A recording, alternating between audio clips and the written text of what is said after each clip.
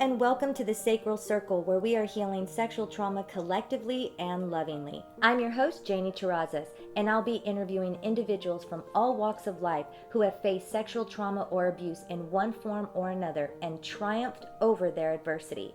On every episode, a guest will deliver inspirational support, words of comfort, and empowering healing advice. Be sure to subscribe to my podcast, The Sacral Circle. Just search Sacred Stories on iTunes. I want to thank our listeners for joining us today on the Sacral Circle, the self-love haven where we leave judgment at the door. And today is one of those special episodes where I'm sitting with my partner, Justin Bustamante. And thank you so much for doing this with me today, by the way. Absolutely. Justin and I came across these really cool cards, and you can check it out at theskindeep.com. And it's 199 questions to help you explore relationships. This particular set is for couples, and there are a handful of cards that deal with different subject matter, and some of them have to do with sex. And on this show, obviously, we talk about the trauma and how that impacts our sexual energy and our mental, emotional, physical, spiritual body, but it also impacts our sexualness and our sensuality. And there's a lot of healing that we have to do to sort of take back ownership and autonomy of our bodies and get comfortable with touch again for some, and also create new meaning around it. And when you get into a relationship with someone who also happens to have sex trauma, there's a level of sensitivity that's already there because we've both been through it. And our sex life is amazing, I will say that. It has been a journey though, because there was still some sex trauma that you were holding on to that you hadn't quite gotten through when we first got together. Is there anything that you want to touch on about that so that people understand how it can show up for people? Yeah, I made sex more than it was. I think because of my trauma, it kept me from fully understanding what sex could be and ultimately is in the end, and I sold myself short on what it really brings to a person, into a relationship, and turned it into something like an expectation, an unreal expectation that had to be met. I just gave it way more energy than it deserved, you know? Mm-hmm. But like negative energy. Oh yeah, way more negative energy. And I used it as a crutch to try to hide and fill some deep holes in myself. Like holes of acceptance and, being enough. Some self-worth. I put a lot of my self-worth in the whole like sexual exchange, yeah, and now not so much. Yeah, well, now that you really know where your worth is coming from. yeah. And also, you've taken ownership of your sexual energy, because when you give it away so freely and when you don't understand its sacredness, it could actually become debilitating for us. So I honor you greatly for doing the work that you've done, and we've done a lot of work together so that we could both be in a healthy place as individuals and as a couple when it comes to sex. So, going back to this episode, we are pulling cards from this card game, and we have not discussed these ahead of time, so this is real time that we're going through these. And the first one says, what makes you most comfortable in your body? Help me if this isn't like the right answer. Not so. Yeah, there's no right or wrong, but yeah, everybody can take these questions in different ways. So I'm kind of curious. Acceptance. Acceptance. I didn't always accept my body, and I guess that's tied into self-worth. I grew up around a lot of beefier individuals, people that had a little more meat on them, a lot more to work with when it came to building muscle and building what I thought was the ideal body that a woman might want. And it created a lot of other stuff. It's what made me lean on sex. It's like, oh, well, I don't have that, but I got this. And it could be just as good, maybe even make up for what I'm lacking in that regard. But when I accepted just my frame and what it could do as opposed to what it couldn't do. So I don't have the very large frame. I don't have a frame that you could put a lot of meat on in terms of muscle, but I do have a very well balanced frame that makes me low to the ground. I have a good sense of balance. It makes me very nimble and agile and swift. Yes. So what I lack in power, I make up for in speed.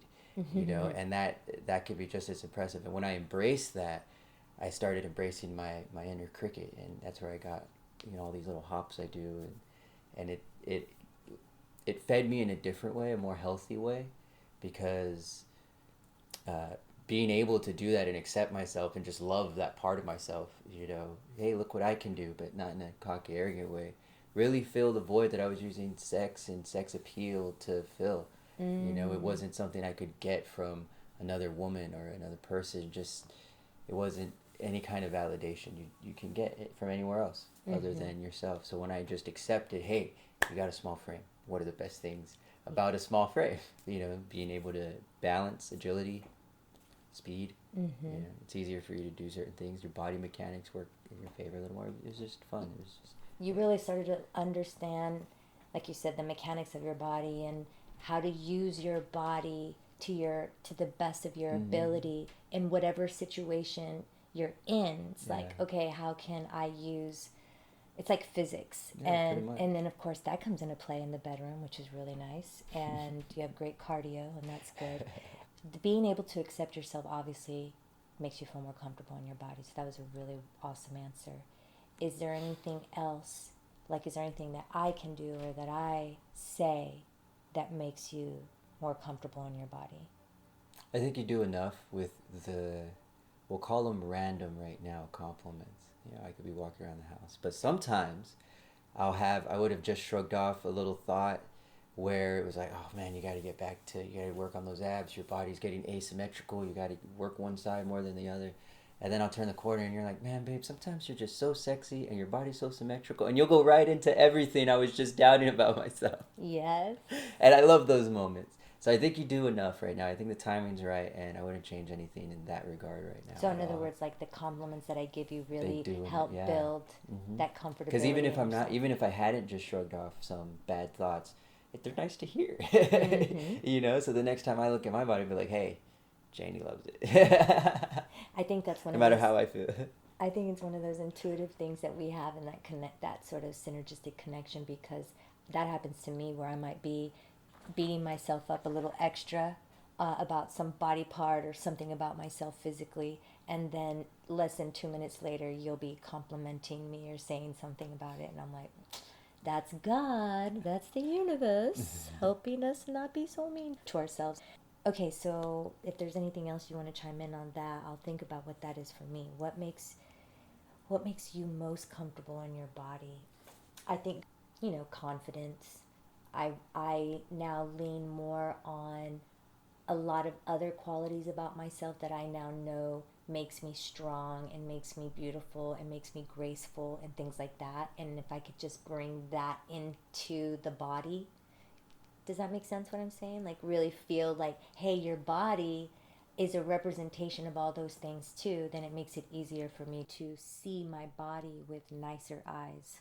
And I think also too, you have made me more comfortable with how much I'm able to enjoy sex and how I like to use my imagination. And I think that has also brought more comfortability somehow within myself and like in the bedroom. That's awesome. Is that clear? Yeah. Okay, next one. What part of your sexuality do you still not understand, and why do you think that is? How easily I'm able to imitate the feminine. I do not understand that yet, because it's one thing to like walk and talk and get the mannerisms down, but I can feel inside me like something shifts a little bit when I'm thinking about going into that role. Like, okay, I'm about to act like a woman. What needs to be in line? And I could feel my body shift into a more seductive mode of moving and position.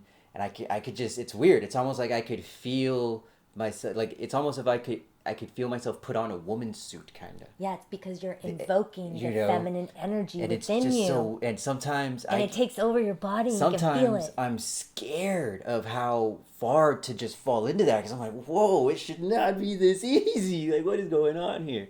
And that I don't fully understand. I don't know what's going on there. And it's still something I'm a little nervous about, because you've even commented on how, one, how random it could be, but two, how when it does happen, it's like there, But I'm aware of the it's like a conscious thing. Like, okay, I'm about to do this skit. Let me It's let me like an breathe, and actor, let like me. a method actor. Yeah, Like yeah. you turn into Mrs. Doubtfire, only Something, not. it's something. It is intense, but I do use that space with you. I do use that space a lot with you, in little ways. In reading your body, and because it doesn't just talk to me in the bedroom, it talks to me outside the bedroom too. Sweetie, your back's hurting, or she needs water. Something.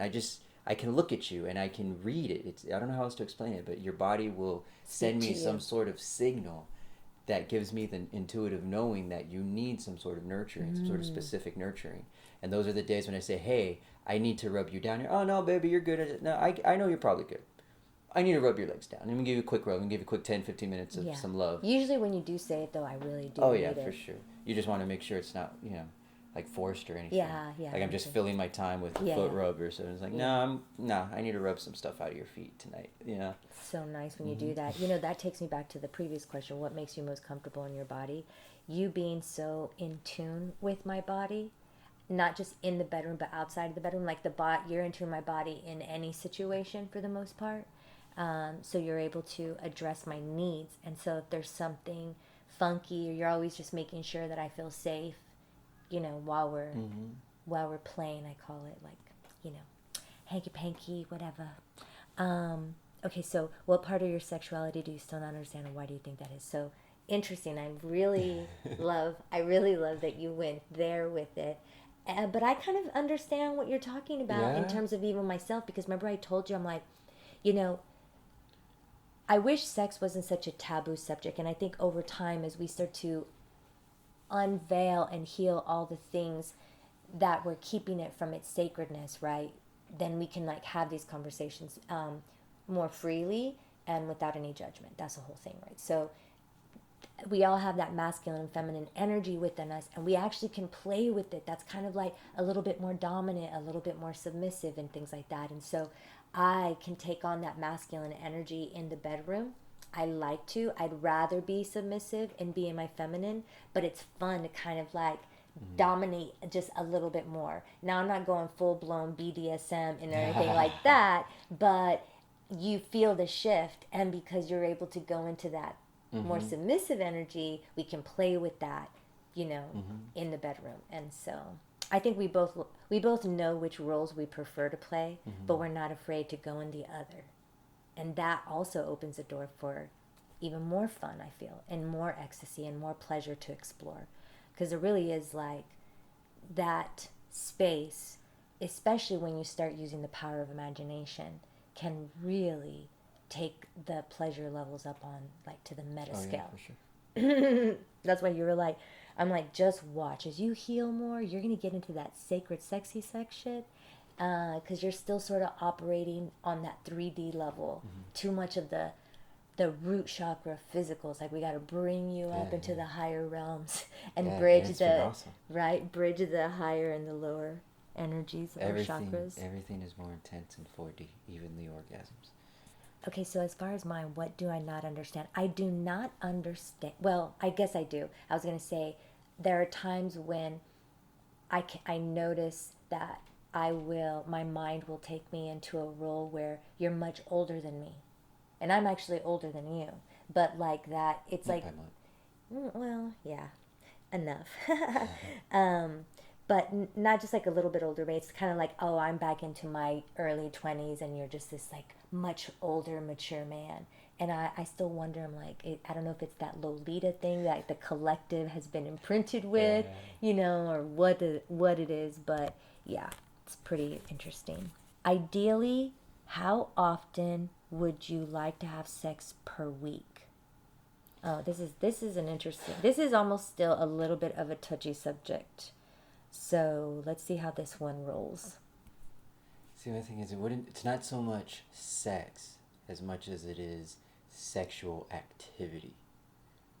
Okay, Yeah. okay. Um, and I would probably want sexual activity. I don't know, maybe like sprinkled throughout the week. I can't really put a number on it. Yeah, okay, but we can like Yeah. up that a little bit. And then sex, as long as it feels right. I can't really put a number on that either. Before it was like, I need my sex in the morning and I Yeah. want it on this day. Let's not go to. Before I could say that, now You For realize me, it's it's more, quality. yeah, for me, it's the quality. Like, if we're just having one of those good days and it just rolls into some awesome sensual sex, hey, that's awesome. Let's do that. I'm not gonna do anything to stop that. If it's a rough day and for whatever reason, I come up to you and I'm like, hey, babe, I know we've had a rough day, but you mind if and you're like, you know what, maybe that's what we need, and it's that And kind of yeah, because sex. it's relaxing. Then yeah, let's do that too. But I can't. I don't know. I can't put it on a calendar, and I can't really quantify it. I would want to have as much sex as feels right I during like the that week. answer. That's how I feel too. Yeah. Yeah, and I can tell like when my sex drive's a little bit lower, it's like really peaking, and it just kind of like fluctuates a little bit. But Mm-hmm. I thoroughly do enjoy it. So I think we both initiate. You probably initiate a little bit more, but it's almost equal. Mm-hmm. It's probably like 60-40. What would you give it? I mean, I think I initiate it 40% of the time, you 60. Would you give it a different percentage? No. That's about right. Okay, No. cool. I think that's pretty healthy. Okay, uh, what's your favorite imperfection about me? And you really have helped me so much with just like body image things and stuff. You're very, very gentle around that space and encouraging. Favorite imperfection about you is when your hair starts to come out, when your roots come out. Oh yeah, he I loves love. my gray hair. Oh, he wants me to Oh, it go lights all me up. gray. It lights me up. Like if you were to pull your bangs back, Mm-hmm. it tickled my heart right Okay, I'll do it for you. now. Ah, yes. Yep, there it is. Okay, but they're going away soon because I'm setting up a hair appointment soon. Okay, and that's not necessarily even an imperfection, but I guess I could see it as that. I love. Gray hair. What is my favorite imperfection of yours? Am I even saying that right? What imperfection on you do I like most? Maybe it has to do with hair too. Maybe I'm kind of starting to have a little tiny bit of an affinity for the little spot in the back of your head. That's the center of the Milky Way. Hell yeah. um, let's see what else. I mean, there's a couple scars you have that are like pretty sexy. So, Which one? well, I mean, The one on this one. the one on the eye. It's pretty gnarly. It's like a tiger scratched you or something, and it's like, yeah, my man fought a tiger. Metaphorically speaking, you I have did. fought many tigers. Yep. So that scar on your eye reminds me of your toughness and your badassness. All right, last one that we have here. When was the last time you faked an orgasm and why? And before we get into that, I'll just touch on how unhealthy that is that women do that. Men, I don't know if it's so easy for y'all to fake that, but just us having sex, feeling like obligated, having sex when we don't really want to, faking it just to, so that the guy's ego isn't, I don't know, obliterated. Can guys even have fake orgasms? I mean, I faked one before. Okay. Oh, It was yeah. before. It wasn't. It hasn't been in this relationship. Yeah. But in a previous relationship I had, I'm trying to remember why I did that. I mean, I don't know how true this is. It's the way it's coming to me though. But I think at some point in the middle of it, I just kind of checked out. I was kind of checked out of the relationship emotionally, and I thought that time having sex would just make me feel better at the end of the day. So I was like, let's have some sex. But in the middle of it, I just decided, hey, you know what? This isn't what I wanted to do. And for all the same reasons, I was like, let me just fake it real quick. And so I did. Okay. And I faked it, and yeah. Okay, so do you feel men can tell when a woman fakes it or not? Is it possible? I would say yes. Okay. But I've been fooled. Right. So I think depending on how well your woman knows you, and women can know any guy pretty well. I think we can all be duped. Mm-hmm. For sure. And is there any thoughts you have, just as an individual who helps people overcome traumas and unhealthy habits and addictions and things like this? What's your take from like a practitioner's perspective around women faking pleasure?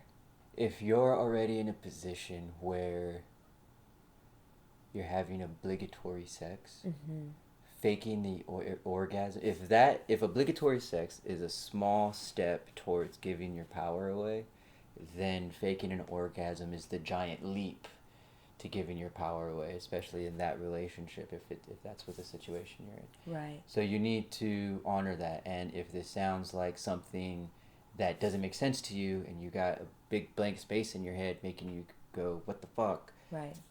Read something. Right. Read The Body Keeps Score. Read about the sexual energy and essence that a woman carries and that a man brings, and what that exchange actually is. Mm-hmm. And then make sure that you both are on the same page about it. It doesn't have to be some big, long, extensive conversation, but just let the person know that you hold sex in a certain light, Mm-hmm. and just because you hold sex in that light doesn't mean you can't have sex with this person. It just Mm-hmm. means that they have to understand what it means to you, so that if it does start to cross with what they know, they can, there's broad boundaries there. Yeah. And if someone can't identify, if someone can articulate that part of their sexual drive and essence and everything, you probably shouldn't have sex with them. Yeah. You probably shouldn't have hung out with them long enough to get to that point. Right. Yeah. But well, people struggle speaking, like talking about sex, having a conversation about safe sex, and just all the questions and the things that we should get to know about one another and answer before we really give our bodies to one another, because there's an energetic exchange that's happening too. What do you have to say about the situations where maybe women or men are having casual sex? It's like falling into these sexual patterns where people really are not providing you the same degree of ecstasy. That has to do with probably some codependency and some fawning issues. It's a multi-layered thing. Could be the other person's sex drive's just too high. Maybe they're masturbating too much and they can't bring that energy to the bedroom. It could be what you said, some like fawning thing. But if you find yourself in that situation, talk about it. But it's hard to here's the thing, it's hard for me to say anything, because I feel like I've come from a background where I was that person asking too much, and I haven't really kept in touch with a lot of my sexual partners enough to know how that affected them. Mm-hmm. But I know that there was an exchange that wasn't being met on my part. Let's say the level of pleasure they were experiencing with me was equal to the amount of emotion they thought I was putting into the relationships, because the sex could be that good. That's a good point. And so to them, when that didn't match up outside of the bedroom, it created a lot of issues. And because I was confused on the subject, I had nothing to say to them or about it or anything. So they left feeling, I'm sure, like I gave everything to this man and he doesn't even give a shit. I was like, well, I didn't know I could in that way. I'm sorry. If you guys remember Justin Bustamante, he didn't know any better. The old Justin. Then. He's a Tony. But that's really the only place I can speak from, is from being on the other side of that, where I was the one holding unrealistic expectations without knowing what they really cost. Yeah, thank you. I appreciate everything that you said right there. And it reminded me of an ex that I ended up reconnecting with. And he it had been years since we had spoken, and both of us had gone through a lot of healing. And he recognized that while he was with me, he goes, one of the things I remember about you, and this was like, when he told me this, I was like, what the F, okay? He goes, I remember at that time he was addicted to coke. I didn't know he was on cocaine. And so he was like wanting sex like a lot. And we were in a relationship at the time, and I was saying yes every time. I never turned him down.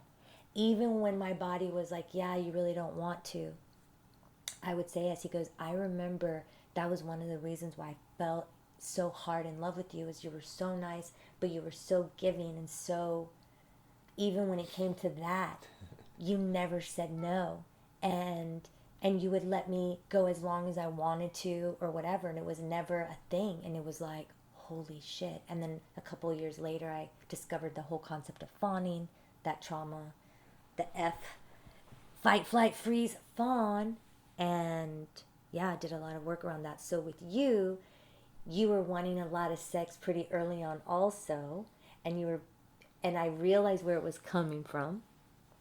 But there was like maybe one time that I did do that because I'm like, I don't think this guy's going to give up because you wanted to make sure that I was feeling good too.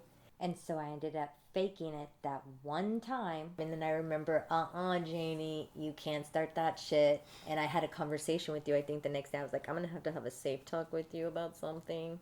So I don't know how we're going to work this out. But I can't be saying yes when I want to say no. And if I say no, I can't have any shame and blame and guilt slung on me because that's just some trauma crap right there. So luckily we were able to work it out. Mm-hmm. So that was probably the last time, and that was like over 2 years ago. So For sure. we've come a long way since then. Awesome.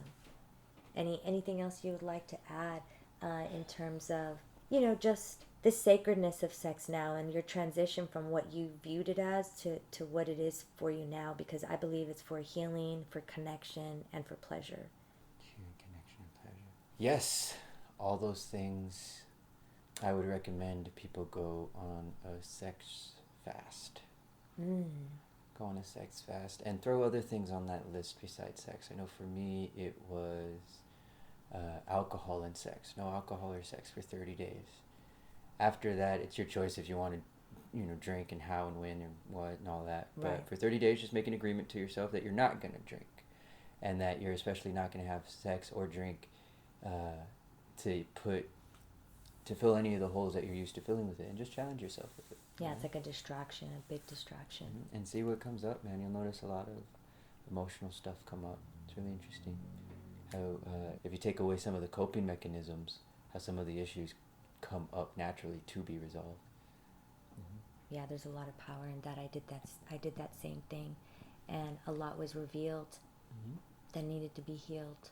Mm-hmm. And I think the sex we've had since doing that has really been awesome. Yeah, we did that in our own relationship. Mm-hmm. We did that when we were single, and then when we were in partnership, we were like, let's do this. And that included no masturbation or anything. No masturbation, no other sexual activity. No fellatio, no floor play, floor or foreplay.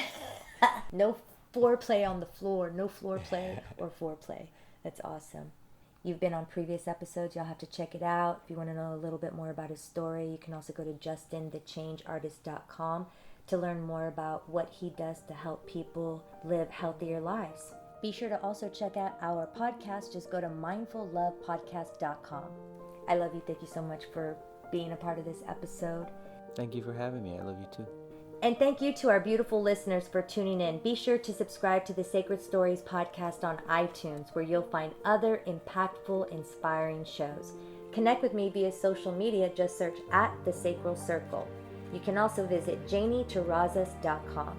Your shares and likes are greatly appreciated because they help spread the love. As we say goodbye, always remember to know your worth and continue to love and value yourself wholeheartedly. Peace be in you.